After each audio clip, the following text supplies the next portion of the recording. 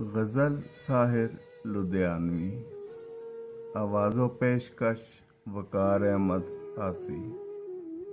मैं जिंदगी का साथ निभाता चला गया, मैं जिंदगी का साथ निभाता चला गया, हर फिक्र को धुएं में उड़ाता चला गया।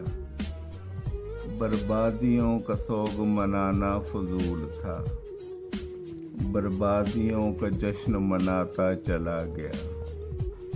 जो मिल गया उसी को मुकद्दर समझ लिया, जो खो गया उसी को भुलाता चला गया।